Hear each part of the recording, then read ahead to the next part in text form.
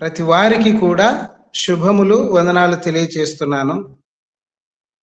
ఈరోజు మీతో దేవుని వాక్యము పంచుకున్నటకు నాకు కూడా ప్రభు ఇచ్చిన ఈ ప్రత్యేక అవకాశాన్ని బట్టి ఆ దేవాదేవునికే స్తుతి చెల్లిస్తున్నాను. అవకాశం కల్పించిన దైవ సేవకులు ధనరాజ్ సార్ గారికి కూడా ప్రత్యేకమైన వారికి వారి కుటుంబ సభ్యులు ప్రత్యేకమైన ధన్యవాదాలు తెలియజేస్తున్నాను. జనరల్ గా మనము దేవుని వాక్యమును ఎప్పుడైతే వినడానికి వస్తామో, ఎప్పుడైతే దేవుని వాక్యమును గురించి మనం తెలుసుకోవడానికి ఆశ కలిగి ఉంటామో, దేవుడు తన అద్భుతమైనటువంటి సంకల్పాన్ని మనకు తెలియజేస్తాడనేది మనకు లేఖనాలు చెప్పే సంగతి. కాబట్టి ఈరోజు ప్రకటన గ్రంథంలో కొన్ని ప్రాముఖ్యమైన విషయాలు, అక్కడక్కడ కొన్ని ప్రాముఖ్యమైనటువంటి విషయాలు, కొన్ని అర్థం కాని విషయాలు ఉన్నవి. వాటిని గురించి ఒక క్రమబద్ధంగా తెలియజేస్తే బాగుంటుందేమో అనే ఆలోచనతో నేను ఈ సాహసానికి ఒడిగట్టాను. ఎందుకంటే ప్రకటన గ్రంథం అనేది దానియేలు గ్రంథం యొక్క వివరణ. దానియేలు గ్రంథములో గూఢార్థముగా మర్మాయుక్తముగా చెప్పబడినటువంటి మాటలు ప్రకటన గ్రంథంలో వాటిని గురించి వివరించడం జరిగింది. కనుక ఈ ప్రకటన గ్రంథం అనేది ఎవరికి సంబంధించింది, ఎందుకు మనం ధ్యానం చేసుకోవాలని ఒక మాటలో చెప్పాలనుకుంటే, ఈ ప్రకటన గ్రంథం అనేది మన భవిష్యత్ ఏమిటి, మనము ఎలా ఉండాలి అని మనల్ని సిద్ధపరిచే గ్రంథం ఇది. ఇందులో చాలా మంది ఈ గ్రంథాన్ని చదవడానికి ఇష్టపడరు. చాలా మంది ఈ గ్రంథం మీద పెద్దగా అవగాహన ఉండదు.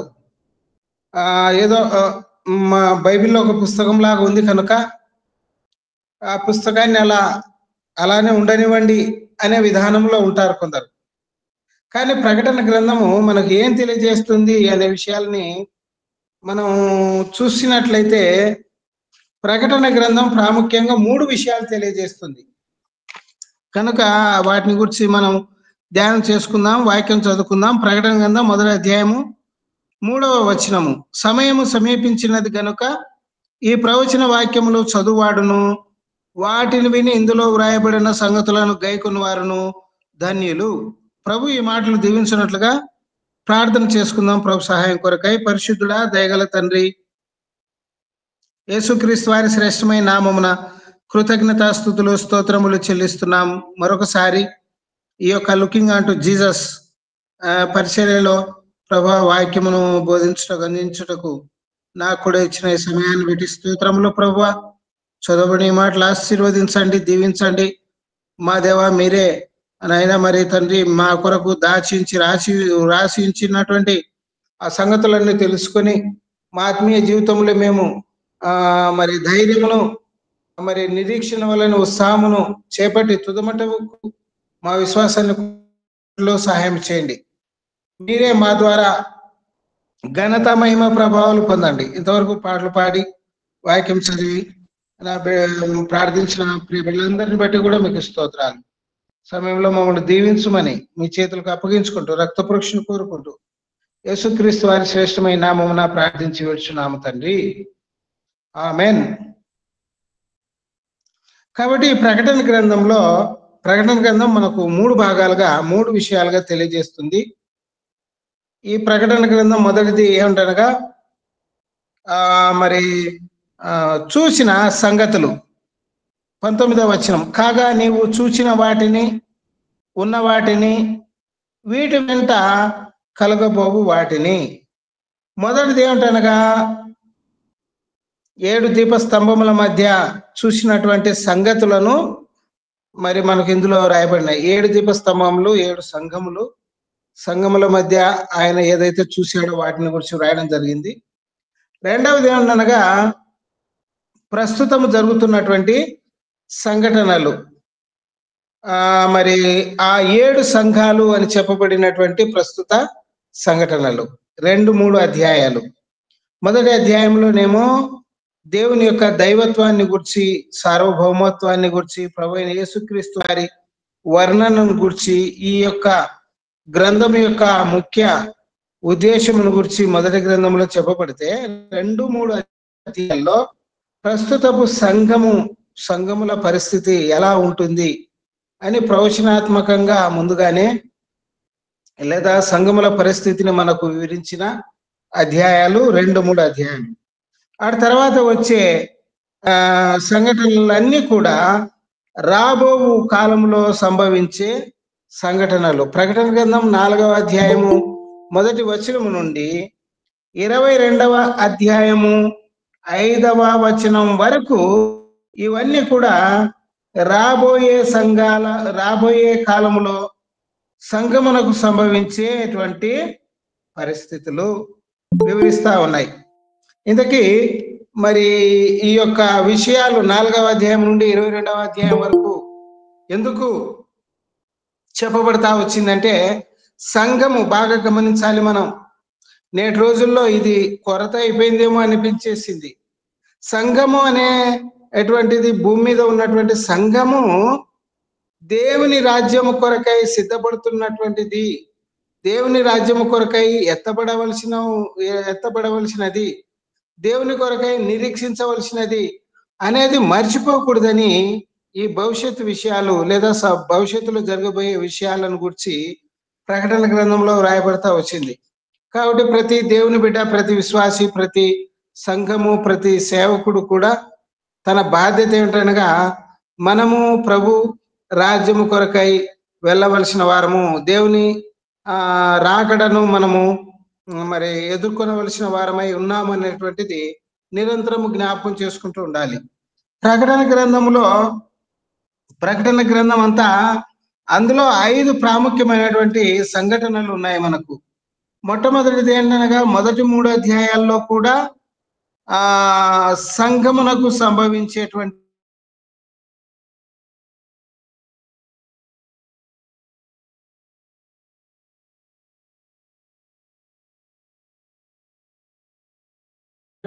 పరిస్థితులని చెప్పొచ్చు. మనం 3 భాగాలుగా చెప్పాము. జరుగుతున్నవి, జరిగిపోయినవి, జరుగుతున్నవి, జరగబోయినవి.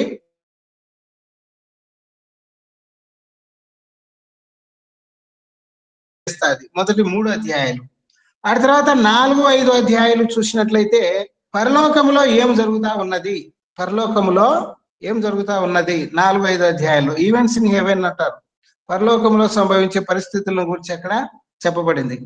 ఆ తర్వాత వచ్చేటువంటిది 6వ అధ్యాయం నుండి 19వ అధ్యాయం వరకు దానియేలు గ్రంథములో వివరించినటువంటి 70 వారముల యొక్క మరి మహాశ్రమల కాలమును గురించి వివరించడం జరిగింది. ఈ మహాశ్రమల కాలము ఎవరికి సంభవిస్తుంది అనే ప్రశ్న మనకు రావచ్చు.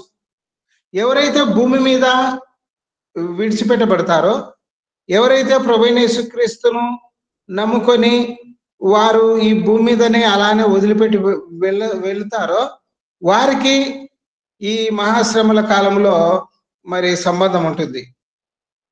ఈ మహాశ్రమల కాలం అనేది సంఘమునకు సంబంధించింది కాదు. అనగా దేవుడు ఇక్కడ ప్రకటన గ్రంథం 6వ వచనంలో, మొదటి అధ్యాయం 6వ వచనం, మనలను ప్రేమించుచు తన రక్తము వలన మన పాపముల నుండి మనలను విడిపించిన వానికి మహిమయు ప్రభావమును యుగ యుగములు కలుగును గాక, ఆమెన్. ఆయన మనలను తన తండ్రియగు దేవునికి ఒక రాజ్యముగాను యాజకులుగాను చేసెను. సంఘము ఎలా ఉద్భవించిందంటే, క్రీస్తు తన స్వరక్తం ఇచ్చి కొన్నటువంటి సంఘము. ఈ సంఘమునకు ఆ తర్వాత 6వ అధ్యాయం నుండి 19వ అధ్యాయం వరకు ఉన్నటువంటి మహాశ్రమల కాలమునకు ఎలాంటి సంబంధం లేదు. కేవలం అది ఒక ప్రత్యేకమైనటువంటి జనాంగాలకు తీర్పు తీర్చే కాలం అది. మరొక మాటలో చెప్పాలంటే, పడిపోయినటువంటి ఇశ్రాయేలీయులకు తీర్పు తీర్చే కాలమే మహాశ్రమల కాలం. ఆ మహాశ్రమల కాలములో సంఘము అని చెప్పబడినటువంటి దేవుని ప్రజలు విడిచిపెట్టబడకూడదు, ప్రవేశించకూడదు అనేటువంటిది దేవుని యొక్క ముఖ్య ఉద్దేశమై ఉన్నది. ఆ తర్వాత 4వదిగా ప్రకటన గ్రంథం 20వ అధ్యాయంలో చెప్పబడినటువంటి 1000 ఏళ్ల పరిపాలన, ఈవెంట్స్ ఇన్ ద మిలేనియం, అనగా 1000 సంవత్సరాల కాలములో సంభవించేటువంటి పరిస్థితులు. చివరిగా 5వది మరి ఈ యొక్క క్రొత్త ఆకాశములు, క్రొత్త భూమి, నీతి నివసించి అందులో ఇంకా నిరంతరము ఎన్నటికీ మారని మార్పు చెందనటువంటి కాలాలు సూచించేది ప్రకటన గ్రంథం 21, 22 అధ్యాయాలు. ఇప్పుడు మనం భూమి ఆకాశములను చూసినట్లయితే దేవుడు 3 సార్లు భూమి ఆకాశములను వాటిని రీప్లేస్ చేశాడని చెప్పొచ్చు. మొట్టమొదటిగా ఆదికాండం 1వ అధ్యాయము 1వ వచనములో ఆదియందు దేవుడు భూమి ఆకాశములను సృజించెను. కనుక మొట్టమొదటిగా దేవాది దేవుడు, సృష్టికర్త అయిన దేవుడు భూమిని ఆకాశమును సృష్టించి ఆ భూమి మీద మరి దేవదూతలు ఉంటూ వచ్చారు. కెరూబులు, సెరూపులు, కోటాను కోట్ల దేవదూతలు, ప్రధాన దూతలు, మిఖాయేలు, గాబ్రియేలు, లూసిఫర్ అని చెప్పబడుతున్నటువంటి తేజో నక్షత్రము, మరి వీళ్ళందరూ కూడా ఆ దేవదూతల యుగం అది. ఆ దేవదూతల యుగములో వీరందరూ కూడా దేవాది దేవుడైనటువంటి యెహోవా దేవుణ్ణి, సృష్టికర్త అయిన దేవుణ్ణి వారు నిరంతరము ఆరాధిస్తూ పూజిస్తూ పరిశుద్ధుడు పరిశుద్ధుడు పరిశుద్ధుడు అంటూ ఆ యుగములో పూజిస్తూ వచ్చేవారు. సాతానుడుగా పిలువబడుతున్నటువంటి ఆ యొక్క లూసిఫరు తను హృదయమున గర్వించిన వాడై, నేనే ఆ సింహాసనం మీద కూర్చుంటే ఎంత బాగుంటుంది అని హృదయంలో తను ఆలోచించిన ఆ దురభిప్రాయాన్ని బట్టి అక్కడ అతడు త్రోసివేయబడ్డాడు. ఆ స్థానం నుండి త్రోసివేయబడినప్పుడు భూమి నిరాకారముగాను శూన్యముగాను మారిపోయింది. దేవుని ఆత్మ జలములపై అల్లాడుతూ వచ్చింది. మరి సృష్టి అంతా కూడా అల్లకల్లోలముగా అయిపోయింది. అది మొదటిసారి చేసినటువంటి భూమి ఆకాశం. ఆ తర్వాత రెండవసారి భూమి ఆకాశములను మరలా దేవుడు వాటినన్నిటినీ క్రమబద్ధీకరించి మొదటి రోజు, రెండవ రోజు, మూడవ రోజు,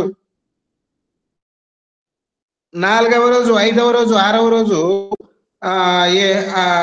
రోజు ఇట్లా 6 రోజులు సృష్టిని మరలా నూతన పరుస్తూ వచ్చాడు. విషయాలన్నీ ఆదికాండము 1వ అధ్యాయం 2వ వచనము నుండి మరి 31వ వచనం చివరి వరకు చదవచ్చు. మనిషిని చేసి చివరిగా మానవునికి సహాయంగా ఒక స్త్రీని కలుగజేసి దేవుడు మరలా ఒక భూమిని ఆకాశమును నూతన పరిచాడు. అది రెండవ భూమి ఆకాశం. అంటే ఇప్పుడు మనము ప్రస్తుతము నివసిస్తున్నటువంటిది భూమి ఆకాశములు. అవి రెండవగా తయారు చేశాడు. తర్వాత ఈ భూమిని కూడా దేవుడు ఆశించిన రీతిగా ఈ భూమి ఆకాశాల్లో లేదా ఈ భూమి మీద మానవుడు నివసించే ఈ భూమి కూడా అంత శ్రేష్టభరితంగా లేకపోయింది. కారణం ఏమిటంటే ఆదికాండం 3వ అధ్యాయంలో మానవుడు పాపం చేసి అవిధేయుడైపోయాడు. దేవుని ఆజ్ఞను అతిక్రమించి అవిధేయుడై హృదయంలో పాపము దాచుకొని దేవుని దృష్టికి వేషధారణతో మరి తను పాపమును మరణమును లోకంలోనికి తీసుకురావడానికి కారకుడయ్యాడు. అటు నుంచి ఇక మరి తన సంతానము, మానవుల విస్తరణ, దేవుని ఉగ్రత ఇలా ఈ భూమి మీద విస్తరిస్తూ రావడము, దేవుడు ఒక ప్రత్యేకమైనటువంటి జనాంగాన్ని ఏర్పాటు చేసుకోవడం, వారి ద్వారా ప్రత్యేకంగా ఒక రాజ్యంగా ఒక ప్రజలనుగా ఏర్పాటు చేసుకోవడం, వారు తప్పిపోయినప్పుడు కాలము సంపూర్ణమైనప్పుడు దేవుడే తన కుమారుని యేసుక్రీస్తును లోకానికి పంపి ఆ యేసుక్రీస్తు ద్వారా తండ్రి అయిన దేవునికి మనలను తన రక్తము వలన మన పాపముల నుండి విడిపించి మనలను ఒక సంఘంగా చేయడం, ఇదంతా కూడా ఈ రెండవ ఆకాశము భూమి రెండవసారి చేసినటువంటి భూమి ఆకాశంలో జరిగినటువంటి సంఘటనలు. తర్వాత ప్రకటన గ్రంథం 21, 22 అధ్యాయాల్లో మరి 3వ క్రొత్త ఆకాశములు క్రొత్త భూమి ఉంటుంది. అందులో నీతి నివసిస్తుంది.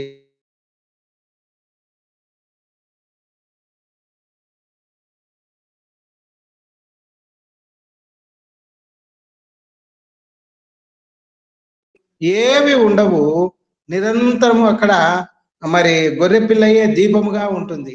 ఆ ప్రకటన 21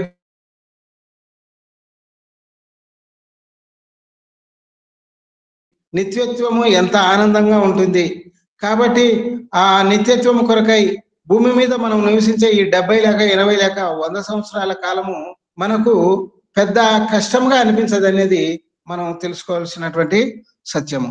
ఇక్కడ మనము 3వ వచనం మనం చదువుకున్నాం కదా, సమయము సమీపించినది గనుక ప్రవచన వాక్యములు చదువువాడును వాటిని విని ఇందులో వ్రాయబడిన సంగతులను గైకొని వారును ధన్యులు. ధన్యులు అనగా బ్లెస్డ్ పీపుల్, దోస్ హూ మరి read and those who listen and those who follow అని 3 విభాగాలుగా ఈ వాక్యము మనకు వివరిస్తా ఉంది. అనగా దేవుని వాక్యమును మరి వారు చదివేవారు, దేవుని వాక్యమును వినేవారు, దేవుని వాక్యమును గైకొని వారు ధన్యులు. కనుక బైబిల్ గ్రంథంలో ధన్యుడు అనే మాట మరి ఎక్కడి నుంచి ప్రారంభమవుతుంది అనే విషయం చెప్పుకోవడానికి ముందుగా ఈ ప్రకటన గ్రంథంలో 7 ధన్యతలు చెప్పబడతా వచ్చినాయి. ఎంత శ్రేష్టమైన గ్రంథమో చూడండి. 7 ధన్యతలను గురించి మనం ధ్యానం చేస్తున్నప్పుడు మనము భవిష్యత్తు మనకు బహు స్పష్టంగా మన కనులెదుటే కనపడుతుంది. దేవుడు మన విషయమై కలిగి ఉన్నటువంటి ఒక ఆలోచన అనేది కనపడుతుంది. మొదటి అధ్యాయం 3వ వచనంలో చదువువారు, తర్వాత వినేవారు, తర్వాత దాన్ని అనుసరించేవారు ధన్యులను చెప్పబడతా వచ్చింది. దేవుని యొక్క వాక్యం యొక్క ప్రాముఖ్యత మనకు చాలా ఆశీర్వాదాన్ని ఇచ్చేదిగా ఉంటుంది. ఇక్కడ ప్రవచన వాక్యములు అన్నారు. పరిశుద్ధ బైబిల్ గ్రంథమును ప్రవచన వాక్యములని, ధర్మశాస్త్రమని, లేఖనములని మరి ఈ విధముగా రకరకాల పేర్లతో పిలవడం జరిగింది. కాబట్టి దేవుని వాక్యం అనేది మనము చదువుట వలన మనం దీవించబడతాం. మనకు లాభమే కానీ నష్టం లేదు దేవుని వాక్యం చదవడం ద్వారా. ఎందుకంటే దేవుని వాక్యం ఎప్పుడైతే మనం ఎంతగా చదువుతామో, ఎంతగా మనము ఆ వాక్యమును ప్రేమిస్తామో, మనం అంతగా దీవించబడిన వారం అనేది ఈ వచన సారాంశం. అందుకనే దేవుని వాక్యమును గురించి ప్రత్యేకంగా 119వ కీర్తన అంతా కూడా 176 వచనాలు దేవుని వాక్యం యొక్క ప్రాముఖ్యతను గురించి వివరించడం అక్కడ చూస్తాం మనం. అనగా దేవుని వాక్యము మన జీవితాల్లో మరి ఎంత ప్రాముఖ్యమైనదో, ఎంత శ్రేష్టమైనదో, ఎంత మరి విలువ గలదో అక్కడ మనం తెలుసుకోవచ్చు. మనం పాత నిబంధన గ్రంథంలో చూసినట్లయితే ధర్మశాస్త్రం అని చెప్పబడినటువంటి దేవుని వాక్యమును కేవలం 4 సందర్భాల్లో వారు చదువుతూ వచ్చారు. అంటే దేవుని వాక్యం యొక్క ప్రాముఖ్యత వారు చదవడంలో ఎంత వరకు చూపించారనేది అక్కడ తెలుసుకోవచ్చు. యెహోషువ గ్రంథం 8వ అధ్యాయము 24, 25 వచనాల్లో మొట్టమొదటిసారిగా అక్కడ దేవుని ధర్మశాస్త్రాన్ని వారు చదివినట్లుగా చూస్తాం. అనగా దేవుని ధర్మశాస్త్రాన్ని మొట్టమొదటిసారిగా యెహోషువ గ్రంథం 8వ అధ్యాయము 24, 25 వచనాల్లో దేవుని ధర్మశాస్త్రాన్ని చదువుతూ వచ్చారు. అటు తర్వాత రెండవదిగా 2 దినవృత్తాంతాల గ్రంథం 17వ అధ్యాయము 6 నుండి 9 వచనాలు అక్కడ చూస్తే ఆ కాలంలో దేవుని యొక్క ధర్మశాస్త్రాన్ని వారు చదివారు. అంతే, వారు చదివారు దేవుని ధర్మశాస్త్రాన్ని. మూడవదిగా 2వ దినవృత్తాంతముల గ్రంథము 34వ అధ్యాయము 22, 23 వచనాల్లో అక్కడ కూడా వారు దేవుని ధర్మశాస్త్రాన్ని చదివారు. చివరిగా బబులోను నుండి వారు రెండవసారి బబులోను నుండి యెరూషలేమునకు వాళ్ళు వచ్చినప్పుడు నెహెమ్యా నాయకత్వంలో ఎజ్రా శాస్త్రి సారథ్యములో నెహెమ్యా గ్రంథం 8వ అధ్యాయంలో దేవుని ధర్మశాస్త్రాన్ని వారు చదివారు. ఈ 4 సందర్భాలే పరిశుద్ధ బైబిల్లో మరి దేవుని ధర్మశాస్త్రాన్ని పాత నిబంధన కాలంలో దేవుని ప్రజలు చదివినట్లుగా మరి అక్కడ చూస్తాం. మనమైతే ఎప్పుడెప్పుడు దేవుని వాక్యం చదవాలంటే దివారాత్రము దానిని ధ్యానించువాడు ధన్యుడు అని మనకు దేవుని వాక్యం సెలవిస్తా ఉన్నది. దేవుని వాక్యం సెలవిస్తా ఉన్నది ఏంటంటే దివారాత్రాలు చదవాలి ఈ వాక్యం అనేది. ఎందుకంటే మనకు మరి జీవమునిచ్చేది, ఈ వాక్యమే మనకు వెలుగునిచ్చేది, ఈ వాక్యమే మనల్ని తృప్తిపరిచేది, ఈ వాక్యమే మనల్ని నడిపించేది. కాబట్టి దేవుని వాక్యము మన జీవితాల్లో ఎంతో ప్రాముఖ్యం. పాటలు పాడేది, పాటలు చక్కగా ఆసక్తిగా పాడతాం, ప్రార్థనలు ఆసక్తిగా చేస్తాం, ఇక మరి అన్ని కార్యక్రమాలు ఆసక్తిగా చేస్తాం. కానీ తీరా దేవుని వాక్యము వినే సమయానికి లేదా దేవుని వాక్యము చదివే సమయానికి, దేవుని వాక్యము ప్రసంగిస్తున్న సమయానికి ఇక అలసిపోయినట్లుగా, మాకంతా తెలుసు అన్నట్టుగా ఫీల్ అయిపోయి దేవుని వాక్యంలో ఏం రాయబడింది, దేవుడు ఏం సెలవిస్తున్నాడని, దేవుని యొక్క ఉద్దేశం ఏమిటి, దేవుని వాక్యం ద్వారా మనకు తెలియబడుతుంది అనేది మర్చిపోయి దేవుని వాక్యమును గురించి కొంత అశ్రద్ధ చూపడం అనేది చాలా సందర్భాల్లో మనం గమనించవచ్చు. కాబట్టి దేవుని వాక్యము ఇక్కడ ఏమో దేవుని వాక్యంలో సెలవిచ్చేది ప్రకటన 1:3 సమయము సమీపించినది అంటున్నారు. అనగా ఏంటి ఈ సమయం? What is meant by time? సమయం అనగా ఏంటి? ఇక్కడ మనం చూసినట్లయితే మార్కు సువార్త 1:15 ప్రభువైన యేసుక్రీస్తు వారు సువార్తను ప్రకటించడానికి ఆయన మొదటిగా బయలుదేరినప్పుడు కాలము సంపూర్ణమై ఉన్నది, దేవుని రాజ్యము సమీపించి ఉన్నది, మారు మనసును పొంది సువార్తను నమ్మండి అని ప్రకటిస్తూ వచ్చాడు.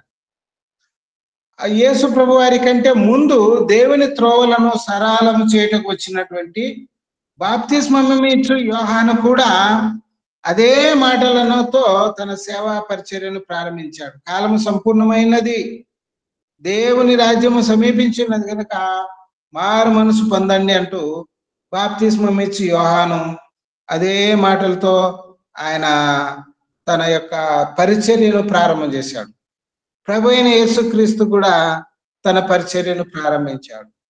ఇక్కడ దాదాపు క్రీస్తు భూమి మీదకి వచ్చి ఆయన మానవుని కొరకై కలవరి శిలువలో తన ప్రాణమును రక్తమును ధారపోసి తాను పరలోకమునకు మరణించి సమాధి చేయబడి పరలోకానికి వెళ్ళిపోయిన క్రీస్తు శకం 90వ సంవత్సరంలో మరలా కాలం సమీపించింది అని యోహాను భక్తుని ద్వారా మనకు జ్ఞాపకం చేసి వచ్చాడు. ఆ 90వ సంవత్సరంలోనే కాలము అయిపోయింది అని చెప్పాడంటే ఇప్పుడు మనం ఏ సంవత్సరంలో ఉన్నామంటే 2024వ సంవత్సరంలో ఉన్నాం. అనగా ఇక మనకు సమయం లేదు, కాలం అనేది సంపూర్ణం అయిపోయింది, సమయం అనేది లేదు.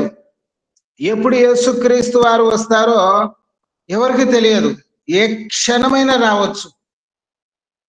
కనుక మనం ఈ యొక్క మరి దేవుని వాక్యం చదువుతున్నట్లయితే యేసుక్రీస్తు యొక్క రెండవ రాకడకు సంబంధించినటువంటి సూచనలు 24 సూచనలు మనం మత్తయి సువార్త 24-25, ఆ తర్వాత లూకా సువార్త 21, మార్కు సువార్త 13వ అధ్యాయంలో ఈ యొక్క రెండవ రాకడకు సంబంధించినటువంటి సూచనలు ఉన్నాయి, చెప్పబడినవి. 24 సూచనలు 24వ అధ్యాయంలోను మనకు చెప్పబడింది ఈ రెండవ రాకడకు సంబంధించి. కానీ సంఘము ఎత్తబడే రహస్య రాకడ లేదా మరి ఆ యొక్క రహస్య రాకడకు సంబంధించి ఎలాంటి సూచనలు కానీ ఎలాంటి ప్రవచనాలు కానీ దేవుని వాక్యంలో మనకు లేవు. ఒకవేళ ఆ సూచనలే ప్రవచనాలే ఉంటే ఇదిగో ఫలానప్పుడు సంఘం కొరకు దేవుడు వస్తాడు కనుక సంఘమనబడిన మనము సిద్ధముగా ఉండాలి, సంఘమనబడిన మన జీవితాలు దేవుని కొరకు సిద్ధపరచుకోవాలని మనం భయభక్తి కలిగి ఉండేవారం. కానీ మనల్ని దేవుడు తన ఆ మధ్య ఆకాశమునకు తీసుకుపోయి అక్కడి నుంచి తండ్రి అయిన దేవుని ఎదుగు తీసుకువెళ్ళడానికి ఎలాంటి సూచనలు కానీ ఎలాంటి మరి ప్రవచనాలు కానీ పరిశుద్ధ బైబిల్లో లేవు. అందుకనే సమయం సమీపించింది, ఏ క్షణమైనా సంఘం ఎత్తబడొచ్చు. అందుకనే ప్రార్థనలు చేసుకునేటప్పుడు ప్రభువా ఒకవేళ ఈ రాత్రి మేము నిద్రిస్తున్నాం, ఈ రాత్రి ఒకవేళ నువ్వు వస్తే మమ్మల్ని జ్ఞాపకం చేసుకో ప్రభు అని ప్రార్థన చేసి పడుకుంటారు చాలా మంది. అంటే ఇంకా ప్రభువా మేము ఇక్కడ ఇంకా చాలా సంవత్సరాలు ఉండబోతున్నాము అని ఎవరు కూడా ఆ భావముతో ఉండరు. చాలా మంది ఏమని ప్రార్థన చేస్తూ ఉంటారంటే ప్రభువా ఇదిగో ఈ రాత్రి మేము నిద్రపోతున్నాము, మాకు మంచి నిద్ర శాంతి దయచేయండి, ఈ రాత్రి వస్తే కూడా మమ్మల్ని జ్ఞాపకం చేసుకోండి ప్రభువా, ఒకవేళ పగలు వస్తే మమ్మల్ని నీతో కూడా తీసుకుపోండి ప్రభు అంటూ ప్రార్థనలు చేస్తుంటాం. ఎందుకంటే క్రీస్తు ఏ క్షణమైనా తన సంఘమును మధ్యాకాశంలో నిలవబడి బూర ఊది మీరు ఇక్కడికి ఎక్కిరండి అని సంఘమును ఏ క్షణమైనా ర్యాప్చర్ లేదా రహస్య రాకడ అనేది జరగవచ్చు. ఈ సంఘము యొక్క రహస్య రాకడకు సంబంధించి మనకు పరిశుద్ధ బైబిల్ గ్రంథంలో 2 వచనాలను ఆధారముగా చేసుకుని మనం చూడవచ్చు. ఈ 2 వచనాలు తీతు రాసిన పత్రిక 2వ అధ్యాయము 13వ వచనంలో రహస్య రాకడకు సంబంధించింది, అనగా సంఘము ఎత్తబడుటకు సంబంధించిన వచనం ఇది. 13వ వచనము, అనగా మహాదేవుడును మన రక్షకుడునైన యేసుక్రీస్తు మహిమ యొక్క ప్రత్యక్షత కొరకు ఎదురు చూచుచు ఈ లోకములో స్వస్థ బుద్ధితోనూ నీతితోనూ భక్తితోనూ బ్రతుకుచుండవలనని మనకు బోధించుచున్నది. ఇదే మన ప్రజెంట్ కండిషన్. యేసుక్రీస్తు ఎప్పుడు వస్తాడు, ఏమేమి సంభవిస్తున్నవి, మనము ఏం చేయాలి, ఇవి కాదు మనం చేయాల్సింది. మనం చేయాల్సింది ఏమిటంటే ఈ లోకములో స్వస్థ బుద్ధితో జీవించాలి. మంచి బుద్ధి కలిగిన వారముగా, పరిశుద్ధమైనటువంటి మరి ప్రవర్తన కలిగిన వారముగా, శ్రేష్టమైనటువంటి గుణ లక్షణాలు కలిగిన వారుగా, క్రీస్తు యేసుకు కలిగినటువంటి మనస్సును కలిగిన వారముగా, క్రీస్తు యేసు అడుగుజాడల్లో నడుచుకునే వ్యక్తులముగా స్వస్థ బుద్ధి అంటే మంచి బుద్ధితో మనం ఈ లోకంలో జీవించాలి. దుర్బుద్ధితో జీవించకూడదు అని దేవుని వాక్యం సెలవిస్తా ఉంది. రెండవది, నీతితో జీవించాలి. నీతి అనగా మన సొంత నీతి కాదు, మనం ఏర్పాటు చేసుకున్న నీతి కాదు, కానీ దేవుని యొక్క నీతితో మనము జీవించాలి. భక్తితో బ్రతుకుచుండవలను. నిజమైన భక్తి, దేవుని వాక్యానుసారమైనటువంటి భక్తి. ఆ భక్తితో ఈ లోకంలో మనం జీవిస్తూ ఉండాలా. ఎప్పుడు వస్తాడో తెలియదు, మనము ఎప్పుడు కొనుక్కోబడతామో తెలియదు. అంతేకాదు ఆయన ఎప్పుడు వస్తాడు, ఏమిటి అని ఇలా మరి లెక్కలు కూడా చూసుకోవలసిన పని మనది కాదు. సమయములను తండ్రి తన స్వాధీనమందు ఉంచుకొని ఉన్నాడు. వాటిని తెలుసుకొనుట మీ పని కాదని ప్రభువైన యేసుక్రీస్తు వారు పునరుద్ధానుడు అవుతున్నప్పుడు మరి పలికినటువంటి మాటలు మనం అపొస్తలుల కార్యములు 1వ అధ్యాయంలో చూస్తాం. కాబట్టి మనం సమయాలను లెక్కించుకోకుండా ప్రభు రాకడ కొరకు సిద్ధపడాలి అని చెప్పేదే ఈ ప్రకటన గ్రంథం. ఎందుకనగా సమయము సమీపించింది. ఆల్రెడీ అన్ని అయిపోయినాయి. ఏమేమి సమయం సమీపించిందంటే చాలా విషయాలు ఉన్నాయి అక్కడ, సమయానికి సంబంధించిన విషయాలు.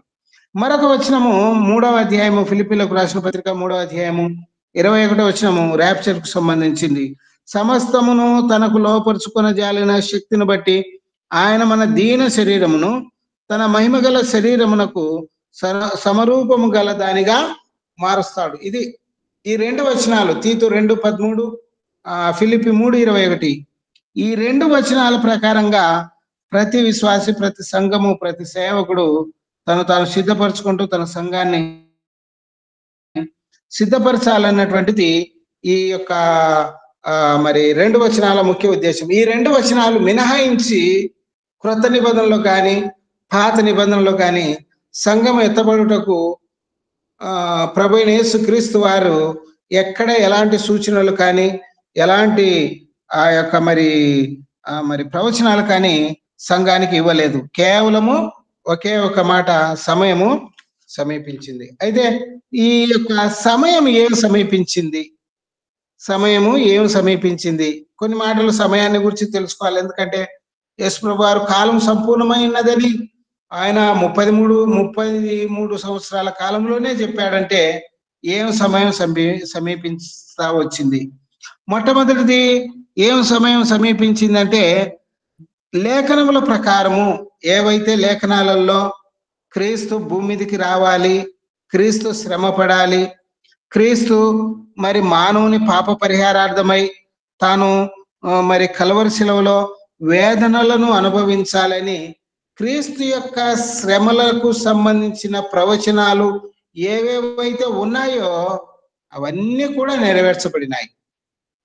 ఈ విషయము మనము కీర్తనల గ్రంథం 22వ అధ్యాయము, యెషయా గ్రంథము 53వ అధ్యాయము శ్రమల అధ్యాయాలుగా చెప్పబడుతున్నటువంటి కీర్తనలు 22, యెషయా 53, అటు తర్వాత లూకా సువార్త 24, 25, 26 వచనాల్లో యేసు ప్రభు వారే తన శ్రమల గురించి చెప్పినట్టుగా, యోహాను సువార్త 19:28లోను, 1 పేతురు 1వ అధ్యాయం 11, 3:18లోను కూడా యేసుక్రీస్తు యొక్క మరి లేఖనానుసారంగా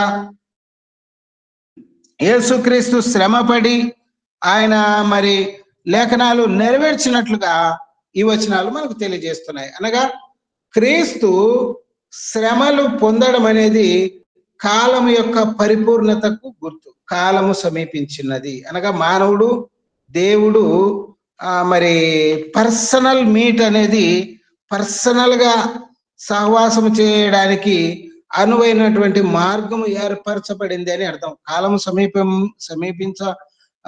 సమీపించబడింది అనగా పర్సనల్ ప్రెజెన్స్ అనేది ప్రారంభమైనది అని అర్థం, మొదటిది.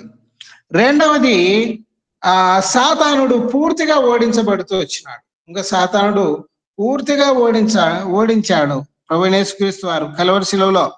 యోహాను సువార్త 12వ అధ్యాయము 31, 32 వచనాల్లో కూడా ఆయన చెప్పినటువంటి మాట. కొలసి 2:14-17, ఆ తర్వాత హెబ్రీ 2:14-15 వచనాల్లో జీవిత కాలమంతయు మరణ భయం చేత దాస్యమునకు లోబడిన వారిని విడిపించుటకు ప్రభువైన యేసుక్రీస్తు వారు రక్త మాంసములలో పాలివాడైపోయాడు.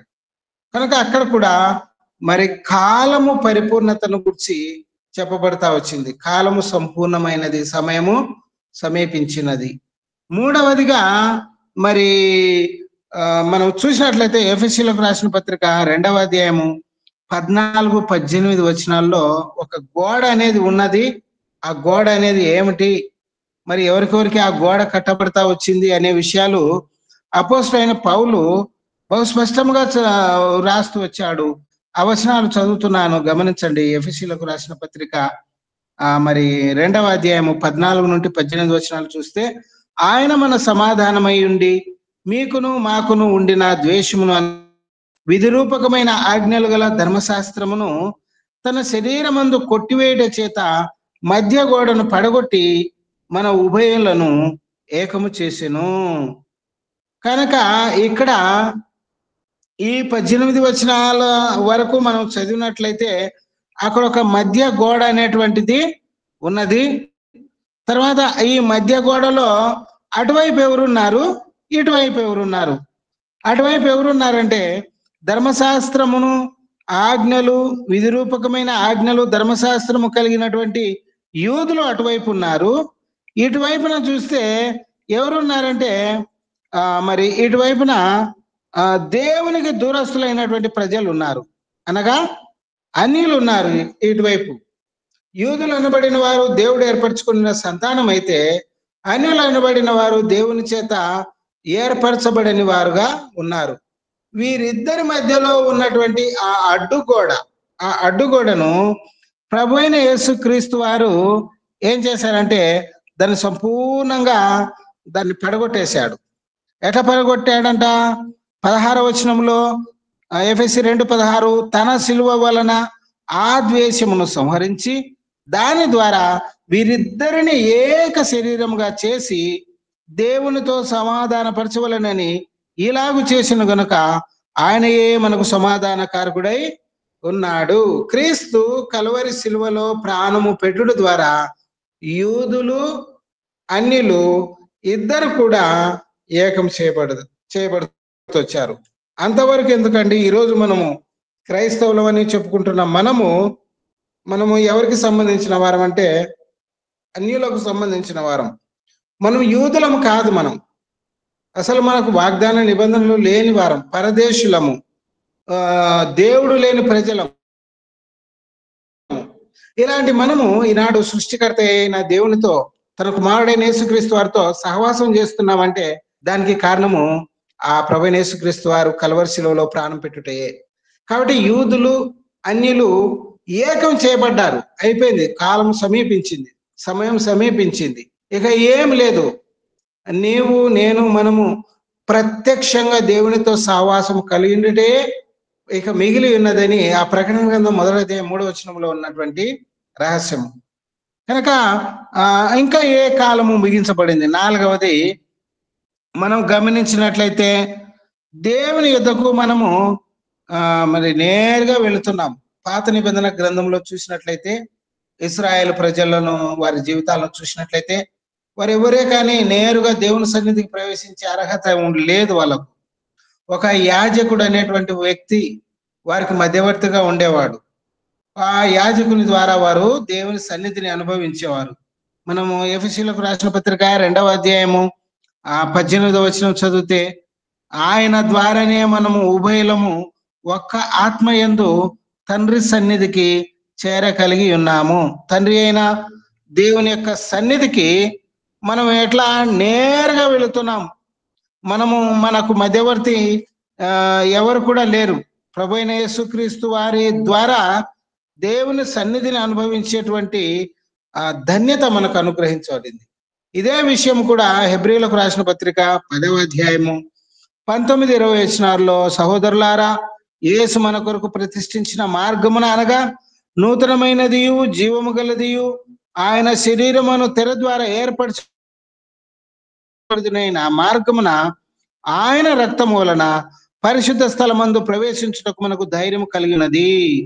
కనుక పాత నిబంధన గ్రంథములో చూసినట్లయితే పరిశుద్ధ స్థలంలోనికి గాని అతి పరిశుద్ధ స్థలంలోనికి సంవత్సరమునికి ఒకసారి వెళ్ళే అతి పరిశుద్ధ స్థలంలోనికి గాని ఏ మానవుడు కూడా వెళ్ళడానికి వీలు లేదు. కేవలం ఒక యాజకుడు, దేవుని చేత ఏర్పరచుకోబడిన ప్రజలు మాత్రమే వారు వెళ్ళేవారు. కానీ నేడైతే ప్రభు అయిన యేసుక్రీస్తు ద్వారా ప్రతి ఒక్కరు కూడా తండ్రి సన్నిధికి చేరే భాగ్యము ఇవ్వబడింది.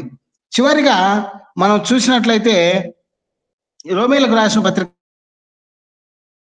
5వ అధ్యాయము 12-21 వచనాల్లో మరణం అనేది మన మీద ప్రభుత్వం చేయకోకుండా దాన్ని కొట్టివేశాడు ప్రభు అయిన యేసుక్రీస్తు వారు.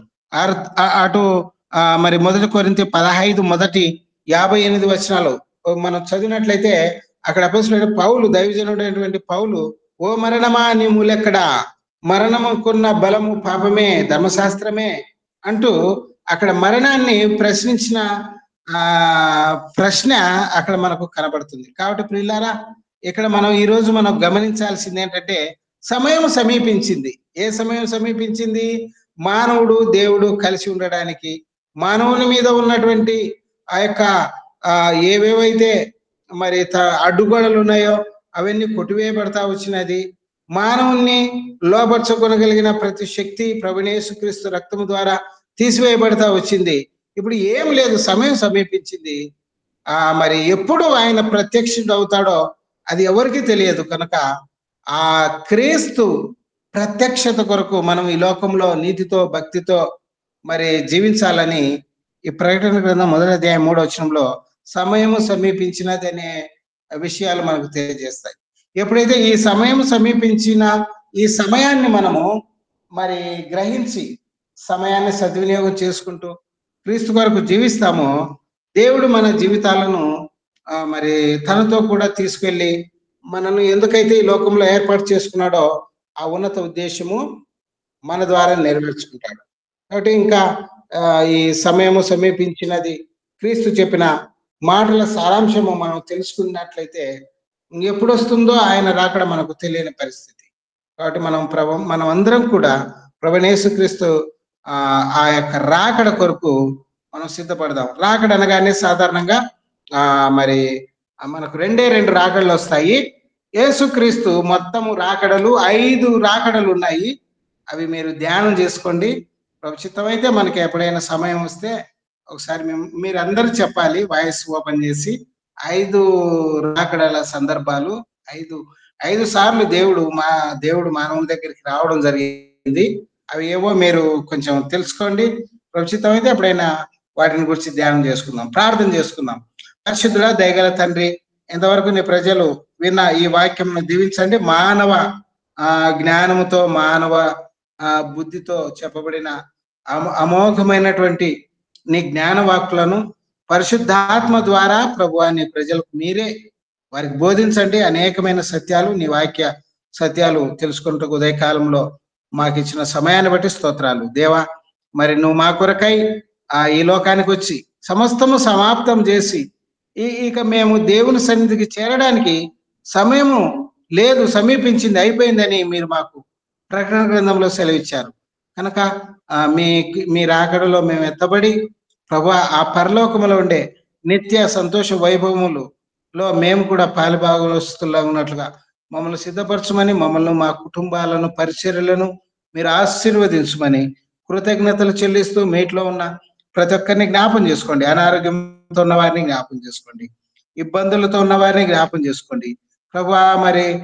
మరి ఈ ప్రత్యేకమైన అవసరతల కొరకై ప్రార్థన చేస్తున్న వారిని జ్ఞాపం చేసుకోండి పిల్లలు చదువుతున్నారు ప్రభా, పరీక్షల కొరకే సిద్ధపడుతున్నారు. అటు బిడ్డలను కూడా మీరు జ్ఞాపకం చేసుకోనండి. ఇంకా ఎవరెవరైతే ప్రభా మరి నీ రాకడ కొరకు ఎదురు చూస్తున్నారు బిడ్డలను కూడా జ్ఞాపకం చేసుకోండి. వందనాలు కృతజ్ఞతలు చెల్లిస్తూ చరణ్ పరీక్షలు రాస్తున్నారు ప్రభా, ఆశీర్వదించండి.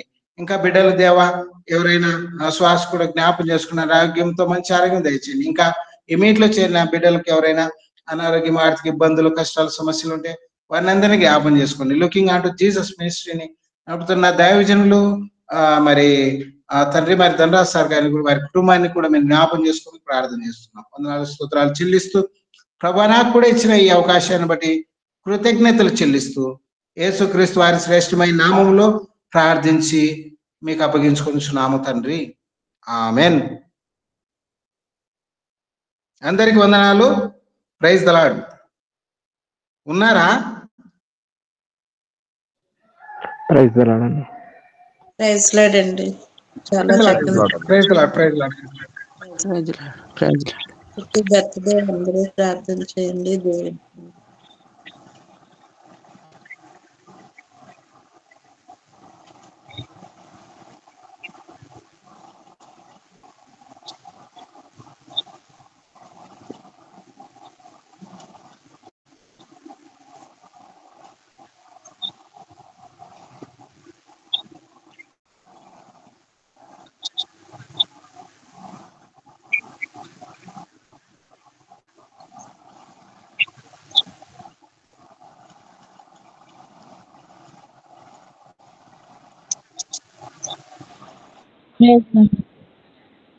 Praise lord.